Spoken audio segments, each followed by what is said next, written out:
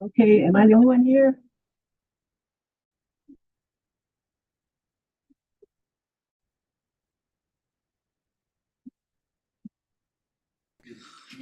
We hear you, Ms. Daly. Can you hear us? Uh, yes, barely.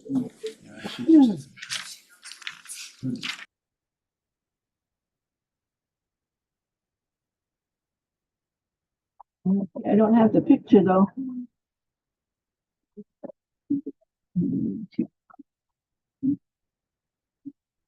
Ready to have it start Do you have streaming? one? Courtney Howell. Okay, now I have you guys. There's one here if you want me to connect you. You wanna slide it over? My cord's pretty long, so.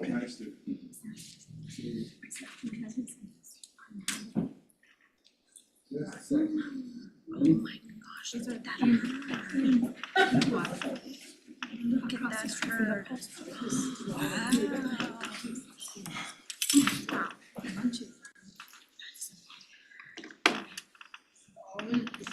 Oh my gosh.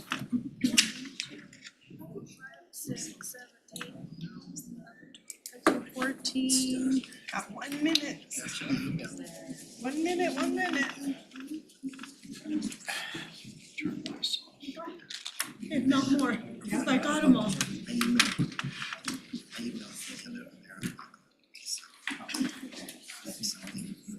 I don't know if that's just. Is she gonna do her CD? I don't know, she wants to. I think she should. Well, That's what we told her. And TW's thinking of doing it too. So, She's like a sub-driver or something. I told Reyes and I were talking about doing it today. Me and Reyes. I know what they're gonna do. Yeah, in case. Get our CDLs and drive the bus. Something they need backup drivers. Well, I keep teasing and joking, she's gonna get my CDL before Mo Harry does. Yeah, you should. He would be so upset. Drive up in Kenworth, what did you guys have, Kenworth? Peter. Oh, Peterbilt. Yeah. So The board, Peterbilt. they're gonna get their CDLs, these guys. Good evening, everyone. Let's call the meeting to order at 5:30 PM and all rise for the pledge, please. I pledge allegiance to the flag of the United States of America and to the republic for which it stands, one nation, under God, indivisible, with liberty and justice for all. I salute the flag of the state of New Mexico, the Zia symbol of perfect friendships among united cultures.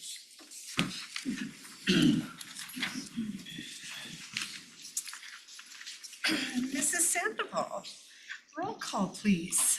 Dr. Shambo? Here. Ms. Hunt Daly? Here, Thank you. Mr. Hadamio? Here. Mr. Ortiz? Here. Mrs. Lee? Present. We do indeed have a quorum this evening. The agenda, are there changes? Are there any changes to the agenda, and if so, what?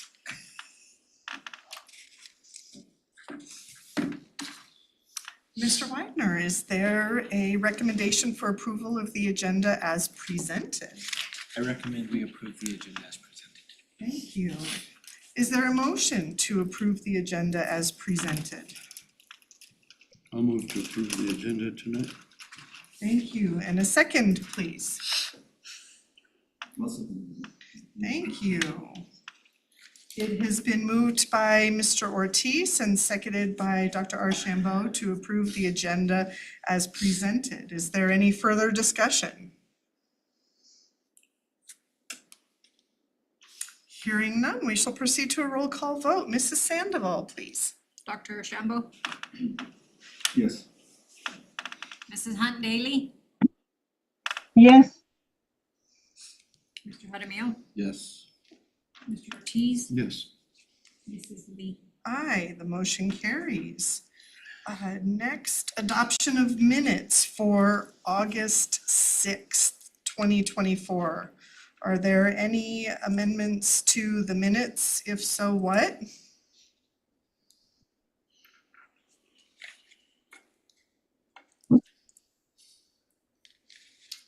Superintendent Widener, is there a recommendation for approval of the minutes as presented? I recommend that we approve the minutes from August sixth as presented.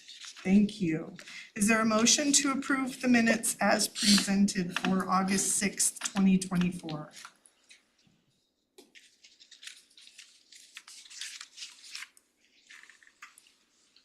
I'll approve the minutes of August sixth, 2024. Thank you. And a second, please. Second. Thank you. It has been moved by Mr. Ortiz and seconded by Mr. Jaramillo to approve the minutes as presented for August 6th, 2024. Is there any discussion?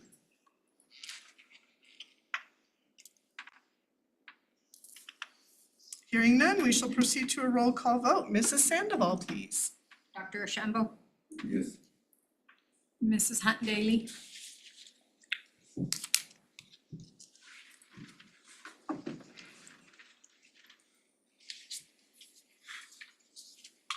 Mrs. Hunt Daily, Yes. thank you. Mr. Jaramillo, Yes. Mr. Ortiz, Yes. Mrs. Lee. Aye, the motion carries. Mr. Widener, recognitions. All right. So it is that exciting time of the month where we recognize our SEL award recipients. As you all know, we started this tradition last year. We're recognizing outstanding individuals in the district who care for our kids, care for their communities, care for their schools, and make a difference.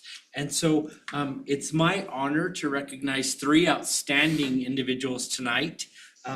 With our SEL Love Plaques, I want to first recognize a wonderful teacher from Mesa View who went out of her way to help prepare the school. As you know, Mesa View had a flood this summer and they had a tough situation getting ready for school. And so Ms. Rivera and her family helped prepare the school. They were out cleaning out in front of the school and helping with the landscape so it looked good on opening day. So it's my pleasure to present the SEL Love Plaque to Ms. Catherine Rivera.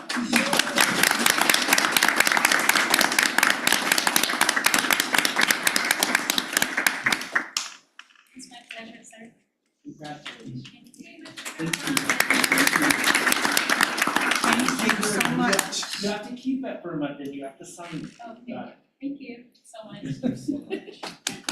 And I want to take this opportunity, this is, one of the best days that I had. Maybe some of you knows me or maybe some of you doesn't, but I just believe that we cannot share what we do not have. And I just like to welcome my friends and my 2 kids who's always here with me. They're the ones who helped me out in cleaning Mesa View. Yep. So.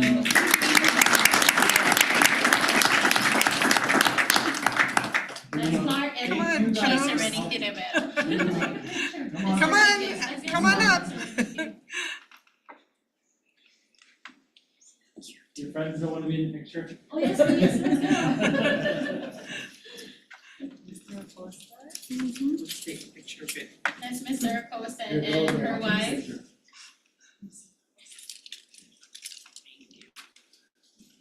go. Come on, yeah, my way.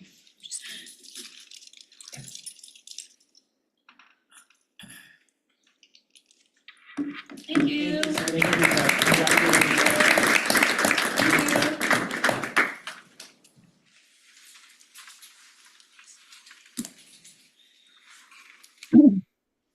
Our next recipient of the SEL Love Plaque is a new to the district individual who started with us this summer. He's come as our equity, diversity, and inclusion coordinator. And he has been volunteering to help out at school sites around the district. And so as we've started school, he's been there. As you know, Mesa View has a lot of traffic congestion in their area. We very carefully get more than 400 kids across the street and on campus, and there's a whole lot of cars in that area. And this gentleman has been going and helping hold the stop sign and do Fingered. crosswalk. And so I wanted to recognize him for already doing an outstanding job. Congratulations to Mr. Nolan Valdo.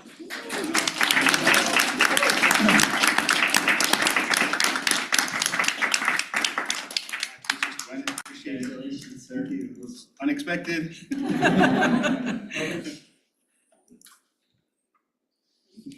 Thank you. By the way, Madam President, Board, I'm Nolan Baldwin. I'm the diversity coordinator, as you have all heard, and a product of Grants Bowl County Schools. Graduated Grants High School in 1992. Went to Sierra Vista, went to Milan, went to Los Alamitos, and graduated here. So I'm very proud to be back in the district, be back in the science building. I was wondering where all the lockers that went, but I see them now since the walls are cut. But it's definitely great to be back in Grants Bowl County Schools and to share and help out as much as I can. I'm here to make a change, a difference within the district. So thank you very much, Mr. White.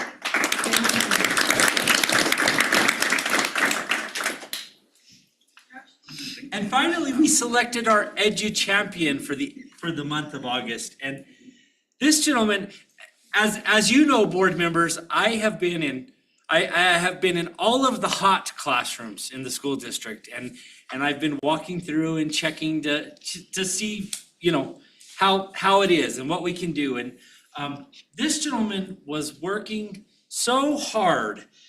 He was trying to open painted windows, he was carrying fans, he's helped move kindergarten at least twice, and just working very hard on the campus of Mount Taylor Elementary. And so it is my pleasure to present the SEL Champion Award to Mr. Darren Montano.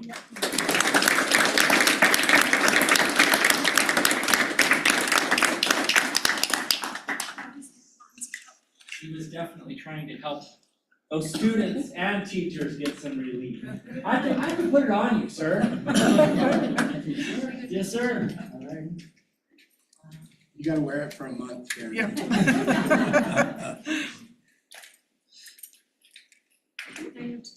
Why don't you guys come take a picture with Darren? I want to thank you, everybody. I think of this as a big family. Ms. Valdez, Marcus, been so good. Everybody since I've been here for 10 years. And I appreciate everything that's been given back to me. Hopefully I keep working as long as I could. And hopefully everything will be good. I just want to keep staying working. I enjoy my job. I want to keep making everybody happy within the district, and you guys are doing a great job. And I thank everybody. Okay. Thank you so much. I'll take a picture and then.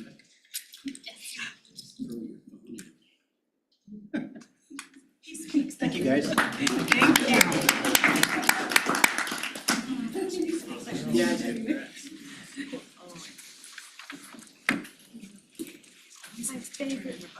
Madam President, that concludes our recognitions for SEL for this month. Thank you.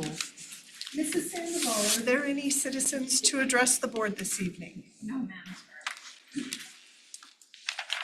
All right, I believe we get to move on to presentations. Mr. All right. Weidner. It's that exciting time of year. We're back to school. We have kids on our campuses. Lots happening. And I asked our principals a few days ago if they were ready with their DASH plans, and told them that we were going to start our DASH plan presentations. And I have to commend the administrative team from Grants High School. They volunteered to go first. They have their DASH plan ready, submitted. Set the tone. They definitely know what their goals are, and I spent some time with them this morning, and they were working hard to impart those goals with the kids. So I'll let Principal Elkins come forward and she can introduce her team. brought this so I can see, I can't see. Good afternoon, Madam President, board members, directors, and guests. My name is Stevie Elkins. I am the principal at Grants High School. This is rounding out my second year, and my partners here, Mr. Reyes Jaramillo and Ms. Miranda Barajas, also assistant principals, and the top of their second year at Grants High School as well. And so we are excited to be here.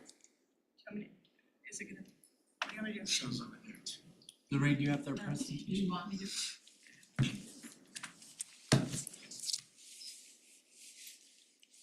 I have it here too, because I won't be able to see it that way big.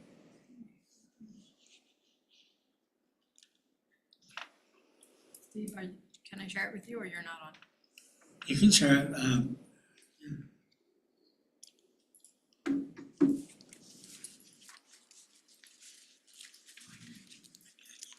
Can you send me the link to the board meeting? The Zoom? Do you want to send it to me? I'm on. Francis.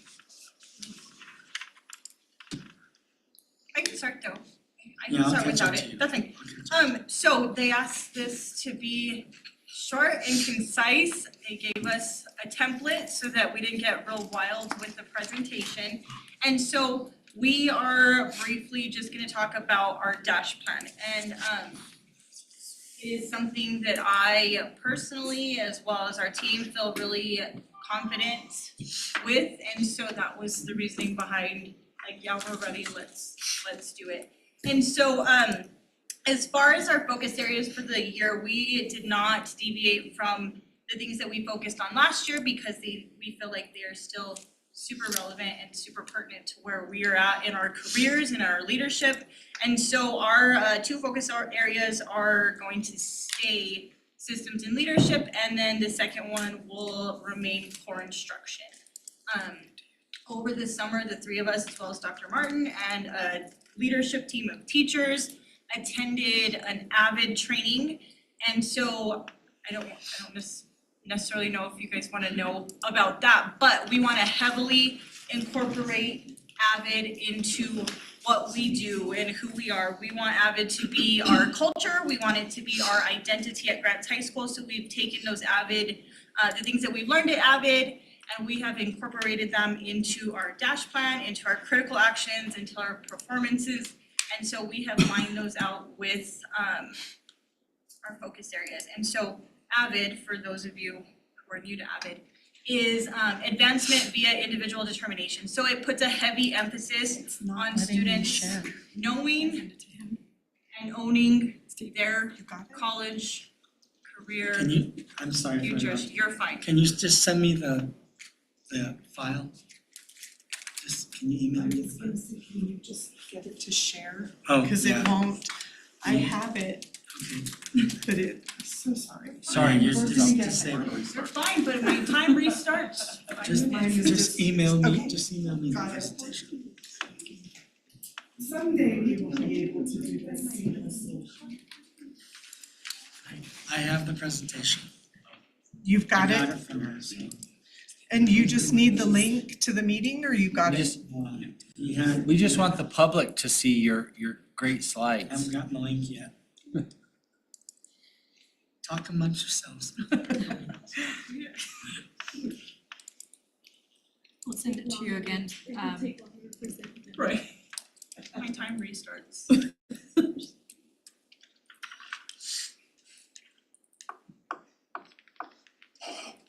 I just sent you the invite, hopefully you'll get one of them. Just send it to you.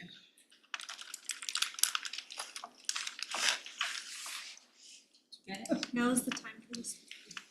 I got We it. said So we are thank you. pretty good at The that. remission Now we're gonna get We there. still done so. and we do the wave. Helen has a question. Friday, well, let's. Miss, Yeah. Miss Hunt Daly, you have a question? Yes, in former schools, I already were exposed to AVID. And most of these were Native American schools, so my question is to, Ms. Elkins is, what culture and equity are you going to insert in your Avid plan? Because it normally doesn't contain, in to pertain to the cultural equity.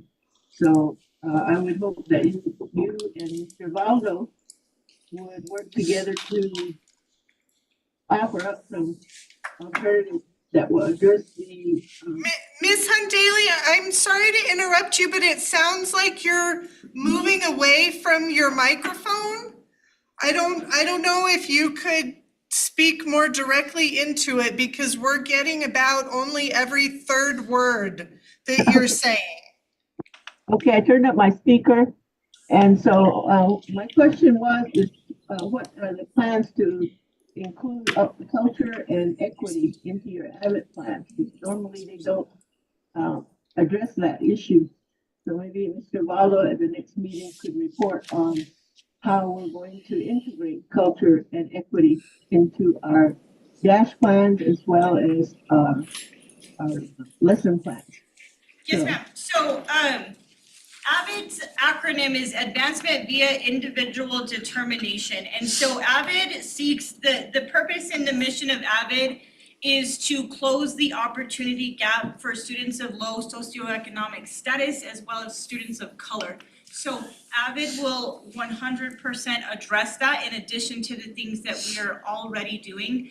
And when I refer to the culture, I'm referring to the culture of the school as a whole and not necessarily like individual cultures right now. And so we want the culture of our school to be advancement via individual determination, meaning we want to facilitate and guide students, but we want them to take that step on their own. And so, again, it's in its infancy, AVID seeks to close the opportunity gap for students of low socioeconomic status as well as students of color. So it will 100% be addressed. Have you identified those students, below economic diversity, and maybe what they used to call at-risk kids? How do you identify them? So Ms. Hunt Daly, why don't we let Mrs. Elkins and her team finish the presentation, or I guess really start the presentation, and then that will give you an opportunity to hear what they're saying, and then we can ask questions once they're finished, now that we've got this up on our screen, please. Okay, I don't have it on my screen. I said go ahead and ask the question. Thank you. Okay, I only see the boardroom. I don't have the slides on my screen unless something to share. I don't. I gave it to her.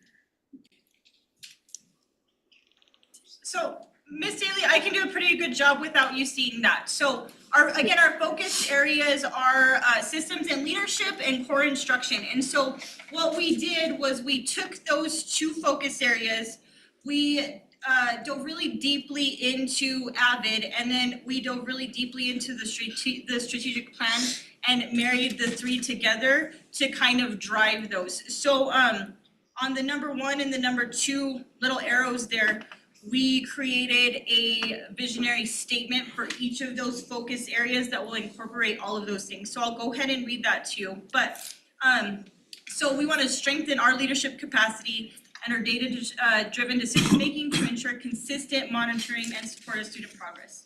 We want to leverage AVID and WIGR strategies to address gaps in English and math proficiencies.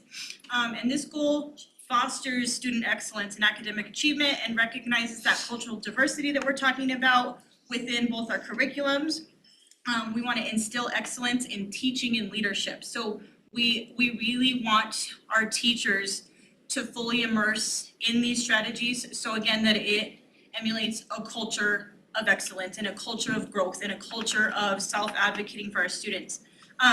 We want that school climate to be safe, supportive, inclusive, and respectful, and engage our families and our communities in that success, and that comes straight from the strategic plan. The number 2 bullet there, we want to enhance the quality of our core instruction in both English and math by integrating those AVID and those WICR strategies, and I'll give you the WICR acronym in just a second.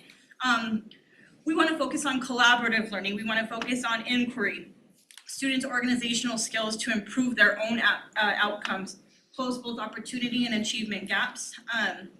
And this does that, and it fosters student excellence by recognizing, again, that cultural diversity within our curriculum, instilling excellence in teaching and leadership, creating a climate that is safe, supportive, inclusive, and respectful, and engages all of our families. And so, again, those are our generalized statements on how we intend to marry our focus areas, our AVID, and our strategic plan, the district's strategic plan. That next one, it was originally titled like, what are we doing well, what's exciting? And so I know at previous board meetings, we've talked about those SAT scores and the increase in those SAT scores. So our SAT scores last year increased 27.141 points, which is about a 3 to 4% increase in the scores from last year. So we want to continue to strive for academic excellence, and we're excited for what AVID brings to that curriculum and brings to our teaching and brings to our professional development. It is newly introduced, but we're confident that those are things that teachers are already doing, but we want to have some intentionality behind that. AVID focuses heavily on inquiry, collaboration, and organizational tools, and we feel like those are quality tools for anything post-secondary, whether it be college, whether it be career, whether it be motherhood and fatherhood. Those are things that we have to do to be successful. And so, and I try to keep it really short, but I can 100% try to answer and address any questions or concerns that you might have. Thank you very You did a much. great Board job. members, questions?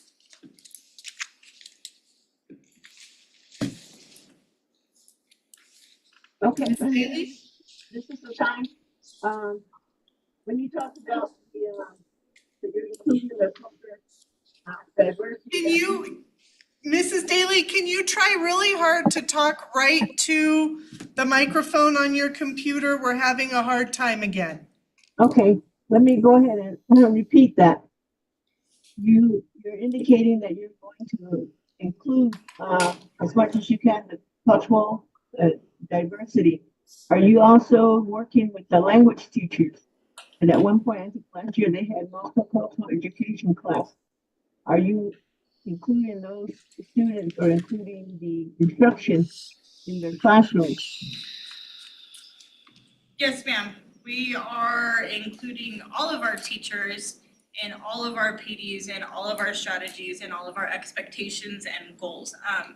Our first PLC meeting, we met with every single teacher administratively and walked them, just like we're kind of walking you guys through now, what AVID is, what its intentions are, why, where, how, and we are taking, a successful AVID implementation takes 3 to 5 years. So we want to ensure that those teachers, all teachers, PE teachers, language teachers, welding teachers, in addition to the core teachers, are taking manageable bite-size chunks out of that, things that we can do, that we can consistently do, that we can do well, and that we can commit to doing forever. And so we want to ensure that if we want kids to be organized and plan and use a daily agenda, the adults that are leading those conversations need to be organized and plan and using those agendas. So yes, ma'am, to answer the question, yes.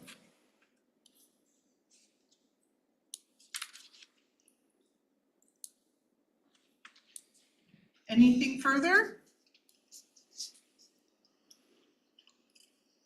I want to thank you guys for volunteering to go first and for having patience with us while we had technical difficulties, and you guys did a great job of incorporating the strategic plan. Thank you. Thank you. I think Dr. Archibald. Thank you for your presentation. I was looking up the Abbott in the report. Wow. And so I have a bit more understanding of what it means, and I would expect us in during the school year that we'll develop a better understanding of what it all entails and what we attempt to achieve for individual students. So that's the only thing I wanted to say is that it is a structure, it is a process.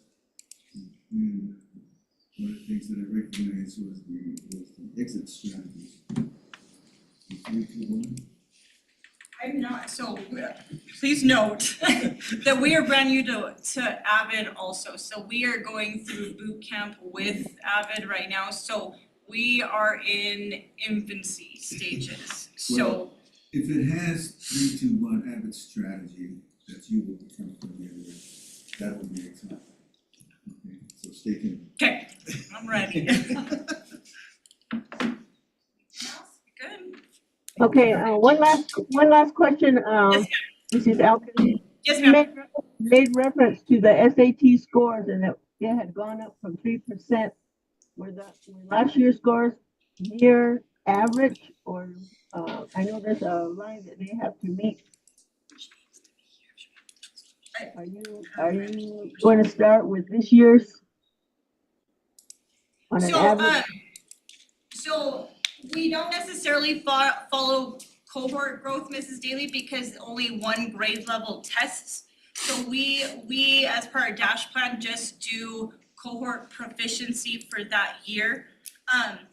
But things to consider is that very similar demographics, very similar number of students testing, the test remains the constant. And so to say that the cohort 2025 increased would be inaccurate per se, just because we don't follow cohort. So it's not like we're following third, fourth, to fifth, because they only test one time. And so we are doing individual cohort proficiency when we report those. Okay, and the reason I asked that is that I work at a school where the same procedure was done, but the average score for SAT was around 11 and 12, or I'm sorry, 15. And my students were scoring at 11 and 12. So they weren't even meeting the average score, which would make them, what you might call college ready. They have to, SAT, ACT, they have to reach a level of proficiency. So I would keep an eye out for that to make sure that when we're talking about raise and percentages that we're talking about actual raises, not raises in our non-proficiency. We always want to be able to score them at the average rate. And so the state of New Mexico does determine cut scores. In this particular cohort was the first year that is gonna be responsible for meeting that cut score. What I will say is that although the school average does not consistently meet that cut score, nor the state does not either, and our cut score average for the year was about 3 to 4% higher than that of the state of New Mexico. And so positive growth for sure. Okay, thank you. Yes, ma'am. Board members, anything else from the third report? Thank you. Mr. Widener. Our next presentation was a request from Mrs. Daly. We tabled it at our last board meeting, and it's my pleasure that we get to learn about E-rate and the funding and how that's impacted by federal funds. And so without further ado, it's my pleasure to introduce Mr. Isaac Tafoya from the GCCS technology team. Thank you. Thank you, Mr. Widener, Madam President, Superintendent Widener, members of the board, directors. Thank you all for having me here tonight and, to present this E-rate fund to you guys. So, am I loud enough? I compiled about 16 slides together, and in order to be short and concise, I've added some talking points, so please read along and try to keep up with it. If you have any questions, please save them for the end, and we will get through this swiftly, all right? So in short, what is E-Rate? E-Rate's a technology discount program offered to the schools and libraries, and it is offered by our federal government. It's not a grant program, just to keep that in mind. It's actually, funding is a percentage of the international telecom revenue on, to all telecom users via the Universal Service Fund on their telecommunication invoices. So the next funding sources, the USF is supported by, like I said, the communications or contributions from all telecommunication companies, such as our internet service providers. And the administrating body is USAC under the direction of the FCC. The categories of service, we have two categories, Category 1 and Category 2. And the Category 1 has a maximum discount of 90%, and Category 2 has a maximum discount of 85%, which our district qualifies for the maximum discount in both categories. The funding process basically comprises of two parts, the application process and the discount process. And again, the discounts range from 20 to 90% depending on the level of poverty and urban versus rural status population served. Our district is a 90% district based on our free and reduced lunch program and rural status. And prioritization of funds. Again, they prioritize the funds based on poverty levels and urban versus rural areas in which we qualify for the highest discounts possible. And listed on this slide is a bunch of forms and their corresponding functions. So please refer to this slide for the details on how the district receives the funding.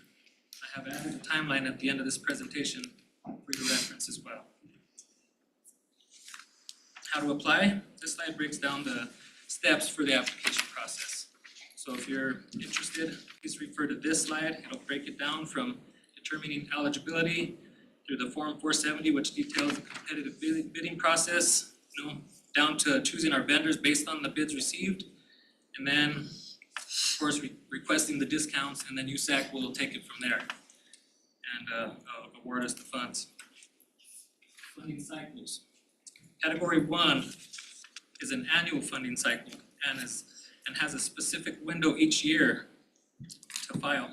Category 2 is based on a 5-year cycle, and it's important to note that this fund, the Category 2 fund, is determined by our student count. So the more students we have within the district, the more we will access out of that fund. And the impact on schools, now we're getting to the good stuff. The impact on schools is improved connectivity and enhanced learning.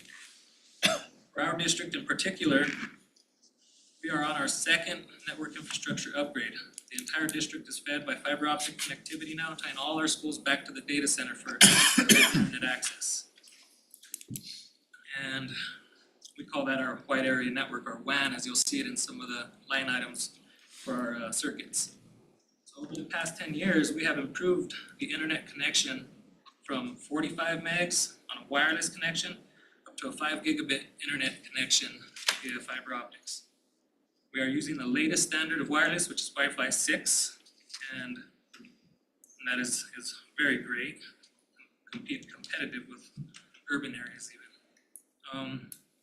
Eligible services. So let's see, this slide denotes eligible services for Category 1 and includes our wide area network and our internet access and the like. And you can go through those and view briefly on what's included in Category 1. Continued Category 2 services include internal connections such as the routers, the switches, and the wireless access point infrastructure. And for this year, we will be posting a Form 470 very soon to renew all our current Category 1 services. And this includes our WAN circuits and the internet circuit. In the district, it's a huge note, the district has utilized all of its available Category 2 budget for this cycle, which started in funding year 2021 and expires at the end of funding year 2025. And then at that point, a new budget will begin for funding year 26. And on the next slide, which doesn't have funding year 21, so I apologize for that. That had a lot of the network upgrade that we did that year. And to be exact, it was close to $1.4 million on that piece in here. We highlighted the areas for 2022 and 2023, and 2024 is still current. That's why you'll see some zeros in there on the dispersed amounts. So it's important to know here that the pre-discount committed amount, that's what was necessary. The discounted amount committed is what they claimed they were gonna do, but based on utilization and invoicing, that kind of stuff, will determine how much we actually get reimbursed. But it's also important to note that disbursement is not a reimbursement check, it's more so paid to the ISP, and the ISP will offset that and give us the cost based on if you look at, say, 2022, $277,000, and our discount is gonna be $245,000, so we're gonna be paying for that year of services and internet access about $32,000 roughly. So again, this sheet is a listing of the E-rate funds, 22 to present, including actual expenditures, payments, and reimbursements. The data shown here shows that the district's cost for all services was about $32,000. In comparison to 5 years ago, the district's cost was significantly higher. And lastly, this is the timeline for 24-25 for anyone who'd like to know the timeline that we follow throughout the year. And in summary, E-rate is the technology discount program that our district has benefited from greatly. We just lost it's back. Oh. Perfect, it's back. And as a rural and poverty-stricken school district, the E-rate fund has allowed us to compete with the network infrastructure of urban schools. So keep that in mind, and I thank you all again for your time. I tried to keep it as brief as I can. I hope it was very informational, and I really hope you guys took a lot out of it. So at this time, if you have any questions, please ask them now. Board members, any questions? And thank you very much, Mr. Tafoya. That was very informative. Thank you. So we're on the last year. For the Category 2 budget, this is our final year.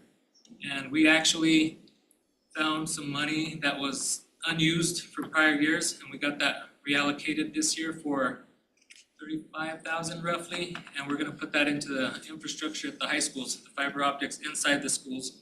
We're gonna build those out to improve their internal infrastructure so we can start getting to that 10 gigabit LAN, which we're almost there, halfway there. Mrs. Hunt Daly, I see you have your hand up. Yes, thank you, Mr. Tafoya. At a past meeting, we were informed that you received $300,000 from E-rate reimbursement.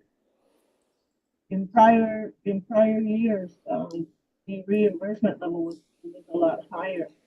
So is there an explanation why the actual reimbursement didn't coincide with the actual expenditures that were happening? Could be based on the student count, Ms. Daly. Also, there's many funds other than these that E-rate and our consultants, we work with a consulting team, and they also helped us with the ECF funds, which are not E-rate, but also, push through this process, and we have received reimbursements from those programs as well over the years, so that might be something. But other than that, that's not part of these slides, so if you have anything further on that note, I would direct you to Mr. Widener and ask further questions on that note via email. Okay, thank you. I'm just concerned that I know from information I received prior with another individual that we get reimbursement based on Ms. Daly, we're having a hard time again. Can you try to talk right into your microphone again? Okay, I will try. Okay, The reason I'm asking is because the $300,000 reimbursement seemed a lot less than what we've gotten in previous years. And I was informed that it depends on our expenditures and our payments of those expenditures. And then we ask for reimbursement based on what's expended. And so this new year that you're talking about, is there anything left in this prior year that we have not secured yet, or we have not asked for reimbursement for? Can you refer that direction to, or that question to our director, Ron Triplehorn? Ms. Hunt Daly, so when we get an E-rate award for category 2 funding, we get that money, of course, it's a 5-year cycle. So some years we have more expenditures because we're buying hardware. And then as the years progress, we have less money that we spend out of E-rate because we don't have that much left. And so when we initially get a funding cycle in category 2, that following year, we're gonna see a big reimbursement because we buy all of our switches and our wireless access points. The following years, we're just doing little maintenance projects with E-rate. And so we see less of a reimbursement because we actually spent less because we'd spent the bulk of our budget in the first year of the funding cycle. And I was gonna follow that same example for this next new year. I just want to make sure that we're receiving what we expended and it's not being hampered by how well we submit our payment and expenditures to E-rate Central. Sure. Thank you, Ms. Daly, for your questions. They are definitely great questions, and if you have any further, please refer them to our directors and Superintendent Widener via email if you can. I sure will. Thank you, Mr. Tafoya. You're welcome.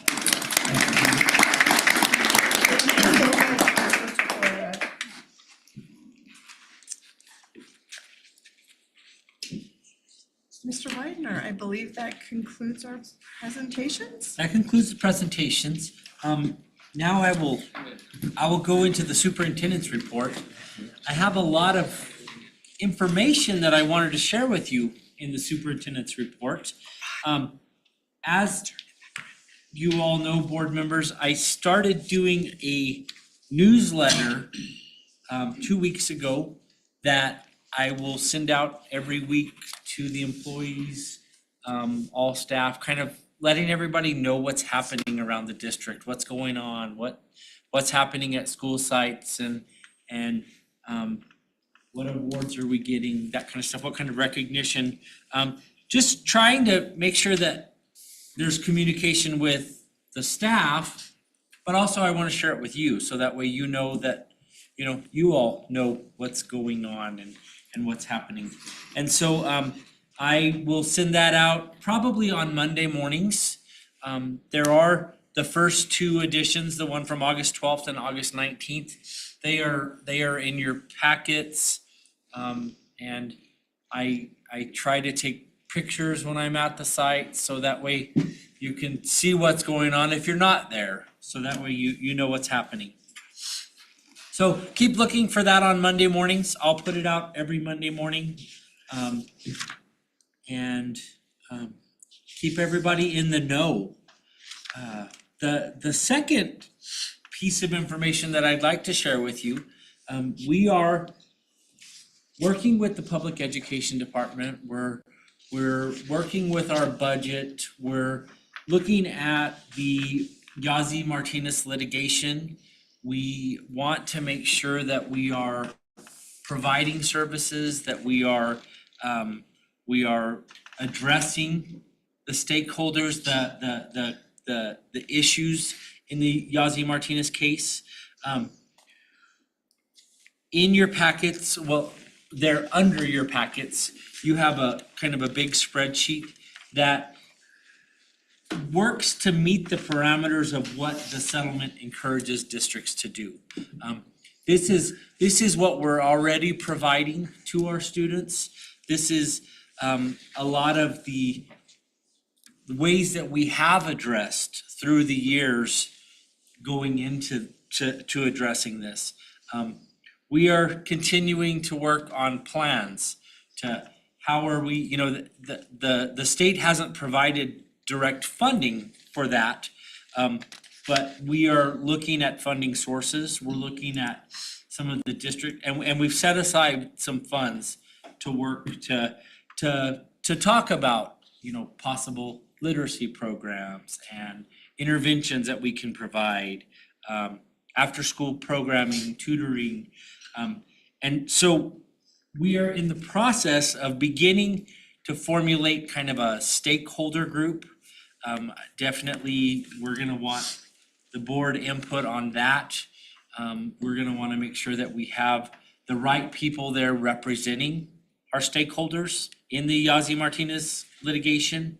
I've included kind of a list of who I've kind of been jotting down, who you think should be included in there, and we will address this in our work session next week and talk more about the names of the important people that need to be there. And so and I'll give you the budget information and all of that, so that way you know kind of what we can set aside and how we can work on that. So wanted to share that with you. That will be coming up in our work session.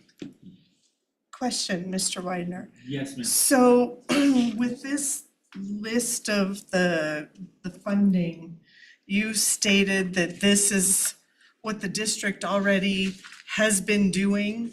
Correct. And so this would qualify for meeting the needs of what the Yazzie Martinez lawsuit is requesting districts.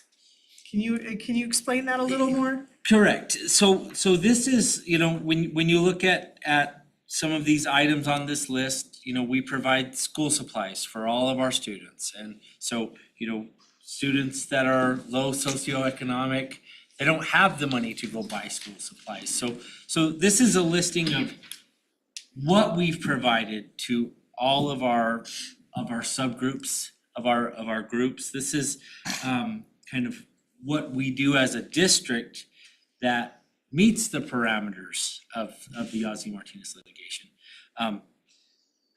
We're gonna add to this. There's gonna be more that we're gonna do. You know, we're gonna keep doing this, but are there other things we need to offer? Are there other you know, language classes? Is there, you know, what else do we need to add to this list? And so that's gonna be important, coming from those stakeholders and coming from our communities.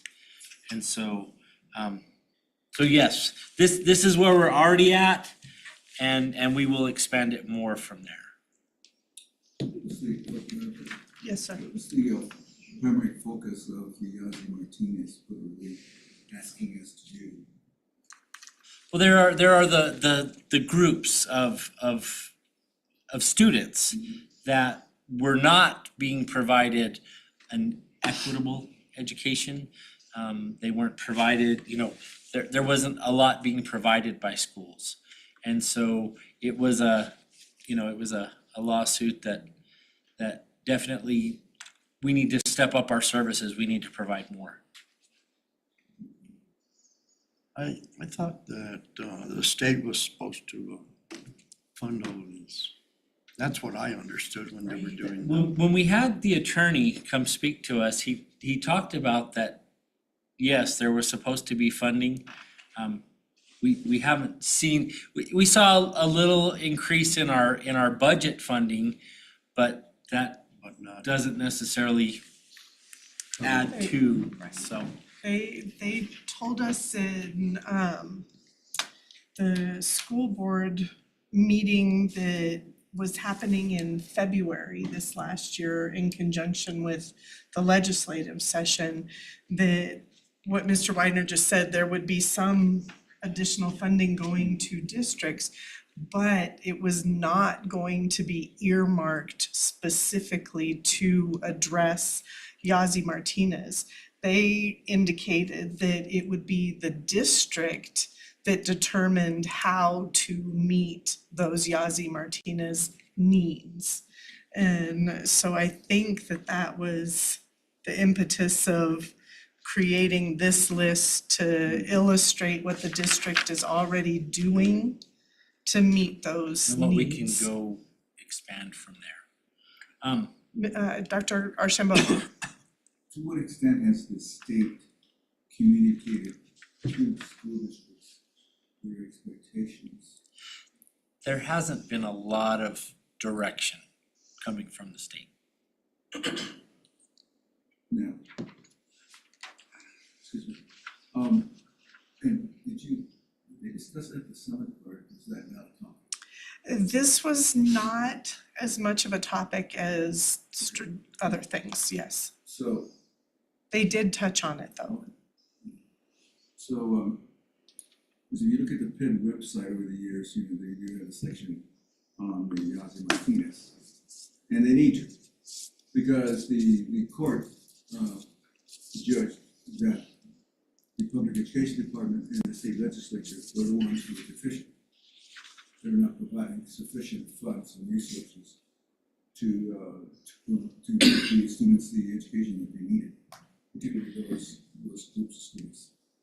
So I just assumed that between last year and this year, this summer, sometime they would have communicated a bit more exactly what it is that we were going to be expected to do in this area of need for Native American students, English learners, the students with disabilities, and they going to. So when you say they give you very little, what is it that they've said that we're supposed to do? They haven't said a lot.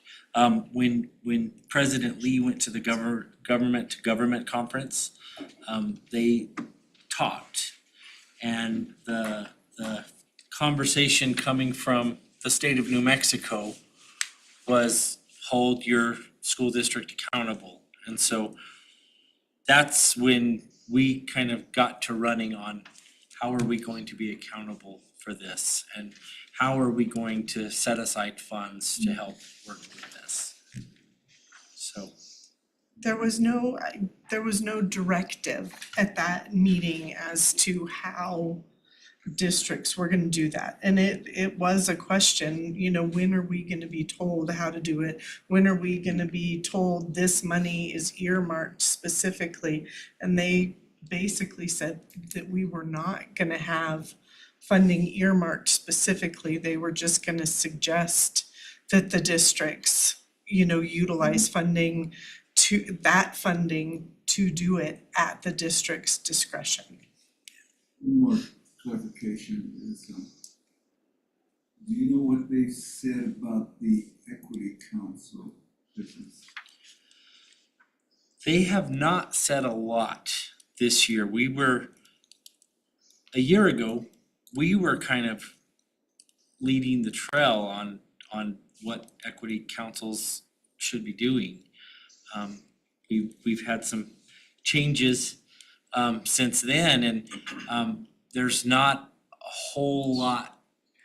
PED was they were kind of looking at us. They were including Miss Martinez in a lot of their conversations.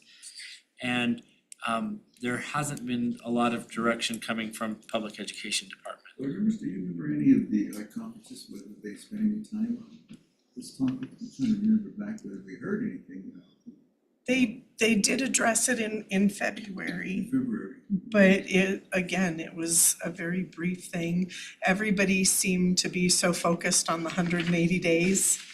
And that's what transpired then and in the March I conference. just couldn't remember what they said, other than just broad stroking about funds have been set aside over the last few years for salaries. And so all of that has been, taking on both and all that stuff. But And right now, they're expecting every school district to have an equity council, and Mrs. Jones and her team are working on that for us for this year. But they expect us to have an equity council. the first year that we had an equity council was before I was here, but they made recommendations to Mr. Pettis. Last year, I got some of the initial meeting information that came from Ms. Martinez. And so Mr. Valdo will be working with that group. He's gonna be working with our IPAC group and really kind of establishing some good systems. But it may be worth, as you said, to merge this into the discussion of long-range planning and what it is that we're doing, because basically is a lawsuit that says you gotta do something. So what we probably have to do is to incorporate that mandate, so to speak, which seems to be quite general, and figure out what it is and review and incorporate that in there. Agreed. Make sense of it. Because right now, it's not making sense. I think what the state legislature thought that they did a job of increasing salaries and stuff like that. That's what it says. So then they leave it up to Ed to take care of the rest of it. And I think that there's some degree of dissatisfaction by stakeholder groups who are involved with this, that the state, because it is focused on the state and the state legislature, and the state legislature to do something. And there is some posturing going on with. District's desire to have some greater clarity as to what it is that we're supposed to be doing. So we have to probably make our own clarity. Right. Thank you. Ms. Hunt Daly? Yes, it seems like we don't really have a full understanding of what is expected through Yazzie and Martinez. And the conferences that I went to, it was expected if your district was the categories of our district, the fields of our district were all at risk, then we should be aligning our instruction purposely for that, and that's what the money that the public education department gives us. We can't say, well, we're going to use it for this and then forget about the other types of students. I don't think there was any intent. They just wanted districts to ensure them that they were meeting all the needs of the classes of the students. Specifically, what happened at Zuni High School is a young man needed tutoring, needed extra stuff that would help him understand, and he wasn't being provided that. They were utilizing the resources or using other resources other than specifically designed for those at risk. And so I might suggest that if we're unsure of what the state needs to provide or should be providing, that we do put together or have someone from the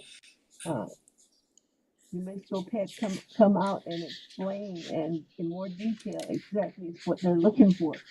And when I look at this list, I'm thinking, okay, if we're saying we're spending all this money last year on Yazzie Martinez, then we better have items that support that. Like I'm looking at the providing wired home internet services for households for all schools. We spent $73,000. Where were those households upgraded for internet? We need to make sure that we're going to provide this kind of detail that there are categories inside the categories that prove that we did spend $73,000. So we're uncertain as to what the state wants, and I would suggest we call someone in that is an expert at Yazzie Martinez, and then maybe brief us on just what is expected, how we go about it, and not just schools that are have a lot of students with a higher budget. We need to look at those schools that have more at-risk kids, and so they can come in and show us just exactly how they're addressing this problem. Because this is a thing that needs addressing. We went all last year without an equity inclusion director, and she was pretty much educated and an advocate for at-risk students. And so going a whole year without it, I don't know how, we got these things that are still at 24, 25. How we got that accomplished or even addressed without an equity director. So let's just make sure that we can prove we've done this. Or else we'll be in trouble with the state. And like I said, we're uncertain. Let's find somebody to come and maybe at the next work session, they can brief us on just exactly what is entailed and what the PED's desire is to have what services that all schools need to provide with the present funding that is being provided to every school. Because I don't think there's one school in the state that doesn't have some kind of diverse students. And so somebody should be able to give us a little bit more feedback on just what we're looking for. And they may look at this list that you gave us and say, oh, that's not what we intended to do.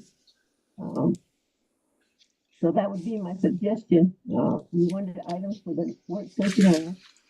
Somebody that's a champion at Yazzie Martinez, maybe they could come present to us at the work session. Thank you. Thank Mrs. you, Hunt Ms. Daly, Daly. thank you for that suggestion. I got probably about 65% of that. But I did hear the suggestion that we should bring in somebody who's very knowledgeable about Yazzie Martinez. And I think that's a great idea. We will talk about this in our work session. This is kind of, we definitely, and we want to talk about stakeholders. What does it look like in our communities? What does it look like at Cabarro? What does it look like at Cebolleta? You know, we want to talk about our schools and how that impacts our children. And so we'll definitely keep this conversation going. And I think hopefully we can all be in person so that way we can get, I can get everything and hear everything you're saying. One last. Yes, sir. Is that- Okay, thank you. Is that and I'll send it to you, there's some materials on the Yazzie Martinez and how the Equity Council works. It's supposed to be connected to the educational plan, so that's why it's kind of segues right into. Absolutely. Sir. So I'm gonna send this to you. Perfect. And you'll begin to see, okay, we can understand how that converge. If we don't get any information from anybody else, at least we have an understanding that there is supposed to be some relationship of how we address at-risk populations within a systematic approach, which is our strategic plan. And so he gets involved in helping us sort that out would be very helpful. Next time around. I'll send this to you. Perfect. Thank you, Dr. Archambault. I am gonna move on to the superintendent's report. I did update, I sent you all an email today with an update of my classroom temperatures spreadsheet. Today I did make it to Cebolleta, I made it to Cabarro. As reported earlier, they didn't have any hot classrooms, their classrooms were good. And then I of course have been back through some of the hotter classrooms, and the complaints aren't coming in as bad as they were. I know you guys saw the letter that went out on social media, and we of course ordered more units. We're working on leasing a cooling tower temporarily, and PSFA has approved for Grants High School to have all new heating and air. That's a lot of money, and of course we have to bring in engineers, and it's gonna take us months to get all of that done, but it's definitely something that we need to get going, because you know the classrooms that are hot right now are gonna be cold in January. And so we wanna make sure that our children are learning and comfortable and in safe classrooms. And so I will keep you all updated with the situation and let you know what's going on there. We are in the process of rolling out our DriftNet program. As you guys remember, DriftNet is the school safety program that will have vape detection, it will have AI, it will detect who's in the building, who's, using POGs to let you know who's in what areas. We are waiting on the parts to arrive. They're supposed to be shipped. They arrived today. They arrived today, perfect. GHS was expecting them to be there. So this was initially a grant that was gifted to Grants High School. And it actually worked out so well that we could partner and do it in all 11 schools. And so we're very excited to get DriftNet going, to get it installed. GHS was waiting on Friday and we were waiting on the parts and the cameras and all of that. So it arrived today, so hopefully they'll get rolling tomorrow, Mr. Triplehorn? The install team will start tomorrow. Perfect. And then finally, Mr. Tafoya, he was just presenting, he's had a long couple of days. They're rolling, and Miss Callie has had a lot going on. They have been installing new Dynabooks and new technology in classrooms with our teachers. We're going to workstations and docking stations, and so they've been in many of the hot classrooms and rolling out Dynabooks. They kind of have been at, what schools have you completed, Mr. Tafoya? See, we're done with Cebollera, San Rafael, Blue Water, and Milan. And then we just finished Grants High School today. If we're not finished there, we will only have a couple to touch up tomorrow. So that's what, 5 sites that I just named? That's pretty good. We're halfway there. Excellent. And what they're doing is they're taking the old Lenovo laptops. We're talking about utilizing those as classroom sets for our students. We're talking about, cause our Lenovo's are not that old. They're a few, but with the docking stations, it gives the staff members a whole unit that they can work with and take with them and take their grade books home. And so we're hoping to use our older laptops, Dynabooks, Lenovo's, for the students. And so technology team, thank you for working so hard on that. I was in 4 schools this morning and I saw you guys at all of them. So thank you guys for doing that. Dress shoes for that piece. But yes, the teachers are loving them and I think they're amazing stations. I can't wait to get ours. We're gonna be last on the list though. Right. We'll hold off for us. And President Lee, I believe that completes everything on the superintendent's report. We had good conversation and I know there's a lot more that we need to discuss in our work sessions. Board members, any questions for our superintendent? Mr. Superintendent, I'm trying to recollect from last year, did we have the same problem last year with the heating and the air conditioning? And why weren't we more prepared? And then as a board member, I didn't find out what was going on until a parent drove to my home and told me, what are you doing about the heat in the classrooms? She drives her student to Grants every day. And so she said, my daughter told me that it was really hot in the classroom. I went in there to go see, and I brought her right home. You're not sitting in this heat. So I'm thinking that this happened last year again. And I remember a purchase of a lot of units, as an emergency purchase. So why weren't we more prepared? And why wasn't the board more alerted to this so that I didn't have to find out in that manner with a personal visit. Now everybody knows where I live. So You're actually absolutely right, Mrs. Daly. This has been going on for 7 years since I worked for the school district. My first year here, the cooling tower froze up at Grants High School. You guys had to buy one as an emergency. It was $500,000. We've had 4 cooling towers at Grants High School since I've been here. And so in 7 years. There are currently 2 of them, one on the north side and one on the south side. And our water is so hard in this community that it causes them to lock up, to plug, to stop the systems. And so you're absolutely right. And that's why PSFA has just said that we need to replace the whole system at Grants High School. And so you're right. A year ago, the classrooms at GHS were hot.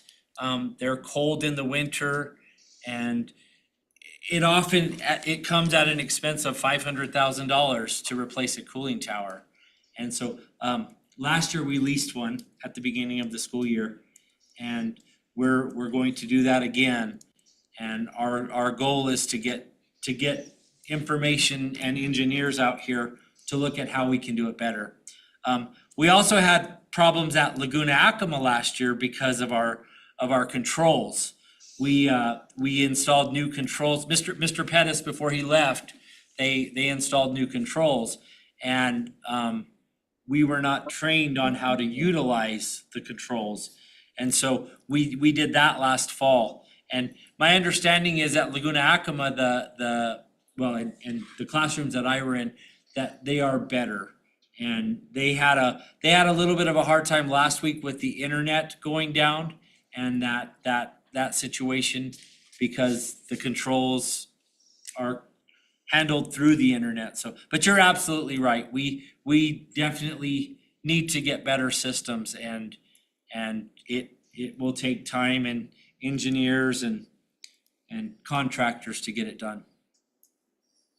And I think that was the reason why the last 4 years ago, I didn't approve the consent agenda, because I saw a large amount being paid to TLC. And they were at the root of our problems with our HVAC system.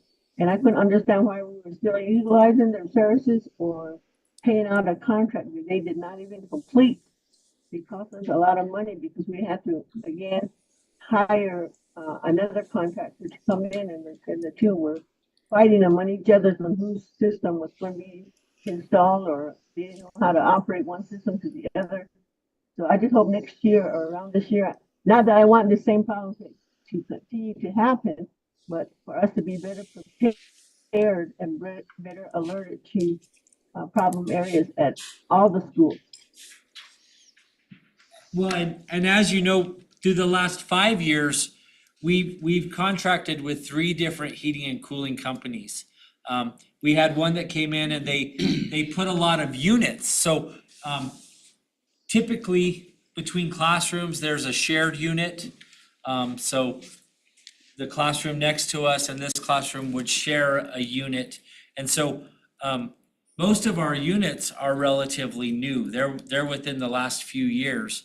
It's the water that we pump in from outside of the building that we have. It's that cooling tower. So it's either cold water or hot water. And so that's where we're struggling. And so we're gonna need to look at not water-based systems. Okay, thank you. Thank you, Mr. Widener. And if you guys want to, we don't have to take a recess. I think everybody would really like to keep on moving. Keep trucking. Perfect.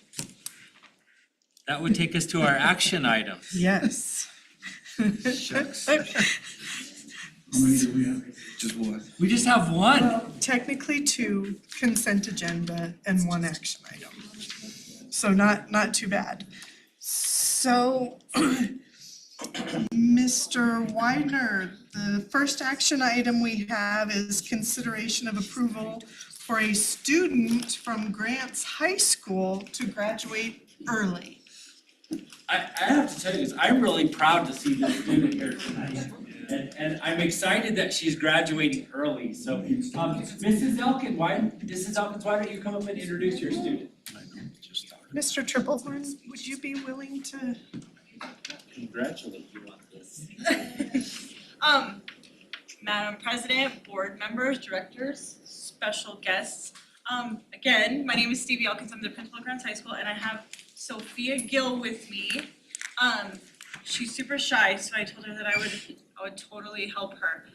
Sophia came to us new to Grants as a freshman and has been with us the last 3 years. Her brother Uriah is also with us, he is a senior this year.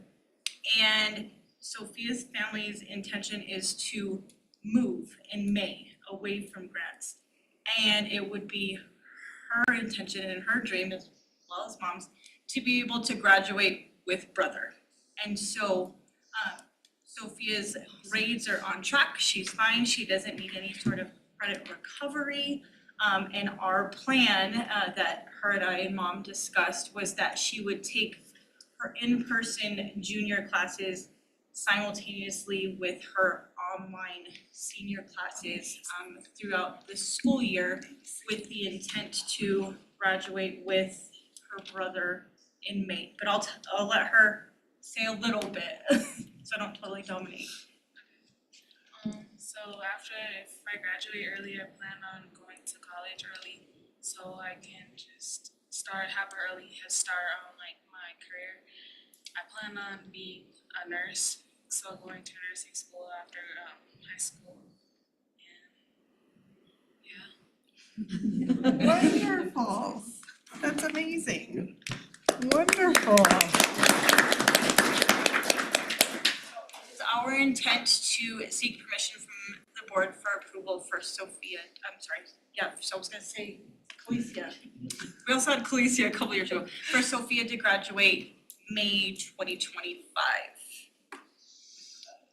Superintendent White. I recommend that we approve Sophia to graduate in May of 2025. Is there a motion to approve for Miss Sophia to graduate from Grants High School early? I'll make the motion to, Go ahead. go ahead. Sorry, go ahead. I'll approve that we have Sophia graduate early from Grants High School. What's the last name? Sophia Gill. Gil. All right, and is there a second? Second. Wonderful. It has been moved by Mr. Ortiz and seconded by Mr. Jaramillo to approve for a Miss Sophia Gill to graduate early from Grants High School. Is there any discussion, board members? Hearing none, we shall proceed to a roll call vote. Mrs. Sandoval, please. Dr. Shambo, Yes. Mrs. Hunt Daly, Yes, Mr. Jaramillo, Yes. Mr. Ortiz, Yes. Mrs. Lee. Aye, the motion carries. Congratulations.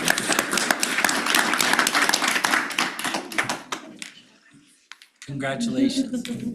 Now the work begins. Wonderful, yes, now the work begins.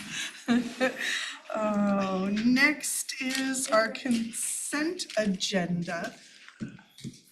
And it includes one bar. Superintendent Widener, is there a recommendation to approve the consent agenda as listed? I recommend that we approve the consent agenda as listed. Wonderful. Is there a motion to approve the consent agenda as listed? I'll make the motion to approve the consent agenda as noted, as listed. And a second, please. It has been moved by Mr. Jaramillo and seconded by Dr. Archambault to approve the consent agenda as listed, including the bar, to increase the universal free lunch, which is state funded. We shall proceed to the roll call vote. Mrs. Sandoval, please. Dr. Roshambo, Yes. Mrs. Hunt Daily, Mrs. Hunt Daly? I'm going to say nay because I'd like a little bit more explanation on what this is. Continue. Mr. Jaramillo, Yes. Mr. Ortiz, Yes. Mrs. Lee, Aye, the motion carries. Mr. Widener? So listed there, you have some announcements. We have pre-registration for the National School Board Association. It'll be in Atlanta in April, and it opens up on Thursday. And so if you're interested in going to the National School Board Conference in Atlanta, please let Lorraine know. She's gonna start registering folks and getting us set up for that. We do have Professional Development Day. Students will be released early on August 28th, next Wednesday. And we will have the district mentor here, and she will be meeting with all of the administration staff that is at our sites, that's here at central office. Kind of doing a needs assessment to see where everybody is and what they need and what they need support with in their leadership roles. And then she will work with us for our board work session. And so I sent out information about that today and would like to get feedback if anybody has suggestions for the board work session. And then we have future agenda items. President Lee was talking to me a few days ago about the possibility of us trying to schedule a board retreat. And so maybe we could gather some dates that you guys might have time for a board retreat. And we'll try to work on getting one of those set up. And I think for the board retreat, we are just looking at the possibility of just a day, you know, over in Albuquerque and trying to be able to have a session where we can take care of a lot of things that have been going on. But I didn't, and board members, please, you know, share with Mr. Widener to avoid rolling quorum, any ideas that you have about having a board retreat for us to be able to all get together and work on. So thank you, Mr. Widener. I'll kind of list any dates you guys send that you have time and we'll go from there. Superintendent Widener, is there a recommendation for the meeting to adjourn? Oh, sorry, sir. It's not on the agenda, but I'd like to see the schools, but you're busy. So it's our understanding is that you have to, you know, take us around. You just let me know.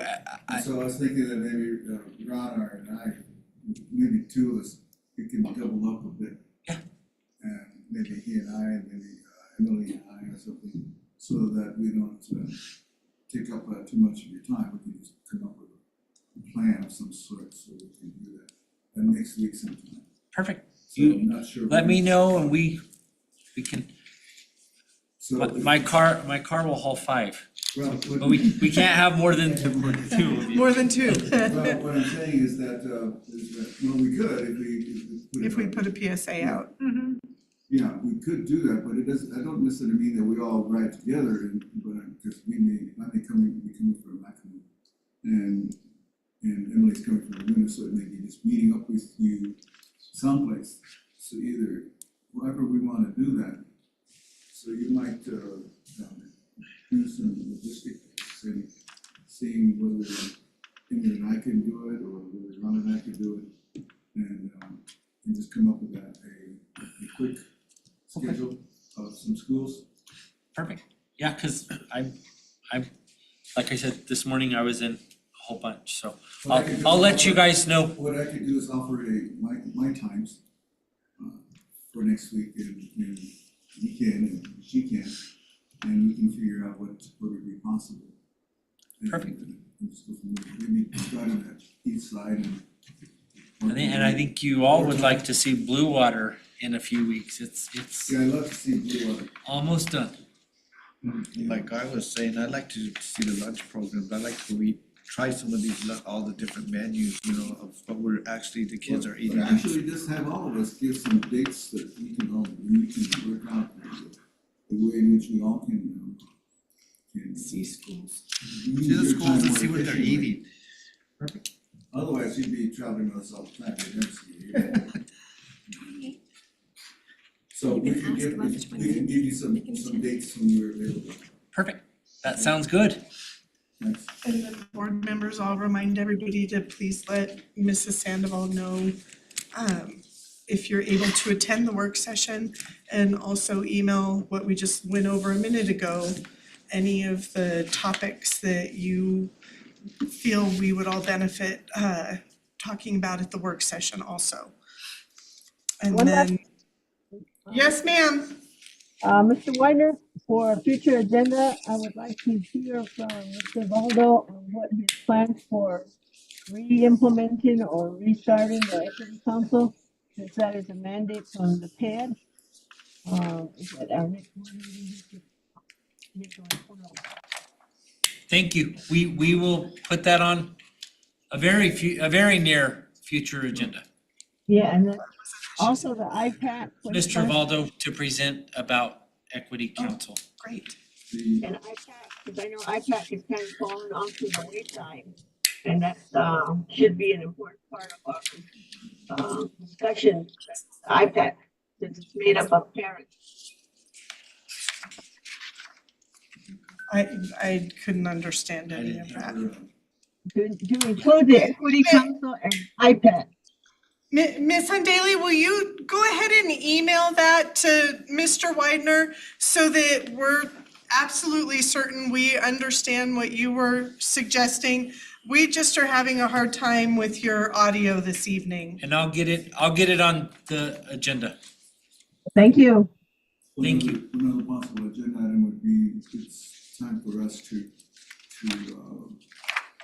discuss the evaluation process for the superintendent. That would be an executive session item. It would be a part of another agenda, but let's clarify for that, because we've got to get ourselves ready for the fall evaluation.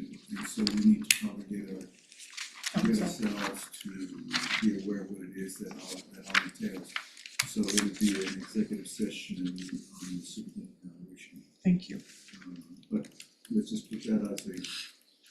Yes, sir. Thank you. Any other agenda items, board members?